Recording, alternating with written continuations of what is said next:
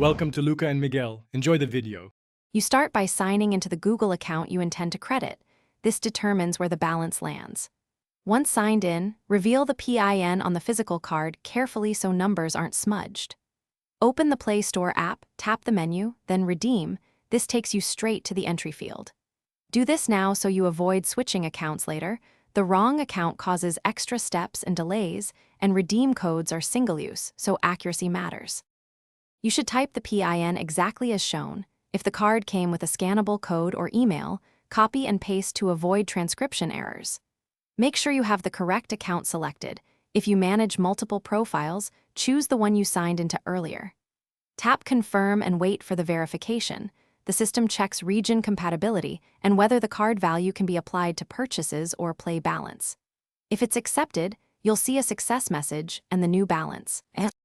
You finish by checking your updated balance under Play Store right arrow payment methods so you know the funds are available. If the redemption fails, make sure you re-enter the PIN slowly, confirm you're on the intended account, and verify the Play country matches the card's country. Mismatched regions commonly block redemptions.